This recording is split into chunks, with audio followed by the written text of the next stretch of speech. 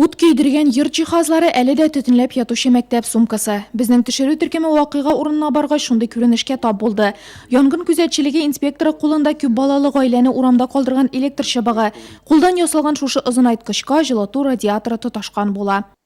По прибытию пожарных подразделений было установлено, что Янгын сөндерүчеләр килеп җиткәндә йортны тулысынча төтен айкап алган иде. Ишекләрдән, түбәдән төтен чыга.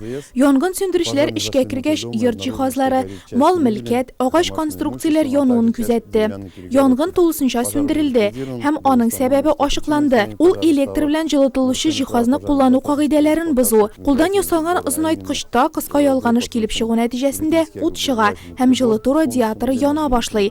Янгын нәтиҗәсендә зыян күрүчеләр, һәлак булучылар, тән җәрәхәтләре алучылар юк. Был спальный, детский.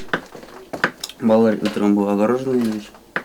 И зал, прихожка. И на кухне. Гаилә башлыгы безгә тату гаиләнең җылы учагы булган күренешне тасвирлый. Каралып янып биткән әйберләр арасында кулланышка ярарлык бер нәрсә дә юк. Спасовлар төтенгә тончыга башлагач исләренә кигән киемнәрендә урамга чыгып чабалар. Гаилә кичекмәстән ярдәмгә мохтаҗ. Йорты улсынча янып бетте, бер нәрсә калмады. Шуның белән балалар урамда калды. Иртәнге саат 6-да булган хәл бу. Бер нәрсә калмады. Бернинди әйберләрне алып калмадылар. Шуның белән может ярдәм итүче булыр. Йортлары кирәк, йорт кирәк. Балалар урамда тора алмый. Яңа йорт җиһазлары, өр-яңа тузан суырткыч, телевизор, уенчыклар, кием салым, ипотекага алган йорттан бүген кирпеч диварлар гына торып калган. Төзексез электр җиһазлары күпчелек янгыннарның сәбәпчесе.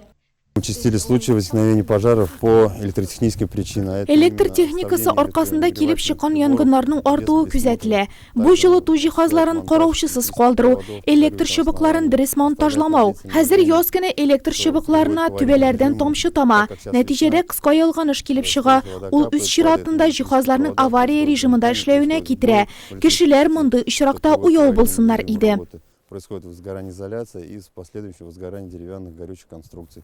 Әлегә күп балалы гаилә туганнарында яшәргә мәҗбүр. Зур матди чыгымнар куеп җиткерелгән йортны яңадан торгыза алмаячакбыз, диделәр безгә спасовлар.